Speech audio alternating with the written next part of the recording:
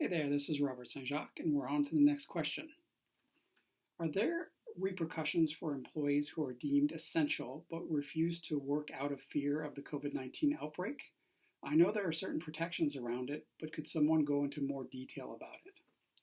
So, while not focused on the area I'm currently involved with in terms of performance management, in a prior life, I used to be a labor and employment lawyer and have continued practicing labor and employment law all over the world. And so, since we have a global listening audience, I'll try to give advice that, kind of one size fits most. So, inherent in most countries' health and safety legislation is it's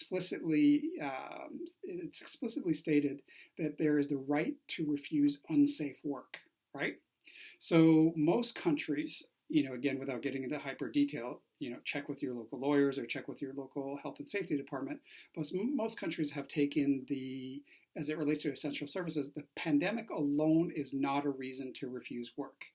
What they apply typically is the reasonable person test. In other words, would a reasonable person in the same circumstances consider their health and or safety to be at risk?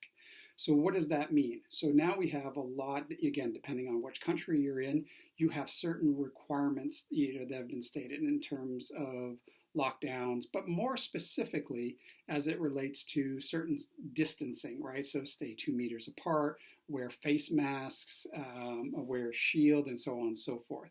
So if you are deemed essential services, for example, you work for a utility company, you're in the medical arena, again, these are again, deemed by the governments to be essential services. And so you need to look at, whether or not you as an employer comply with all your local government's recommendations in terms of health and safety.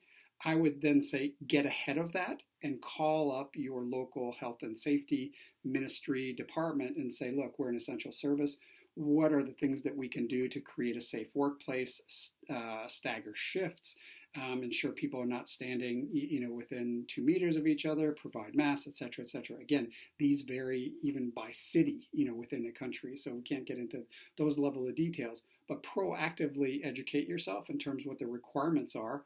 And when the essential employee says, I feel unsafe, what you can say is we've already contacted the Health and Safety Administration, we've contacted the Chief Medical Officer or the Provincial Medical Officer, City Medical Officer. This is what they have advised. We are following that, and therefore, a reasonable person, in this situation, once it's explained to them that their safety is being, taken care of, then, there may be some repercussions at that point. Again, these laws now differ by jurisdiction and are changing literally by the minute as we go through this. So apologies for not being able to be hyper specific, but I want you to take out of this is number one, inherent in labor and in labor health and safety regulations is the ability to refuse unsafe work. Most jurisdictions are saying the pandemic alone is not a reason to refuse work. Then you apply a reasonable person test.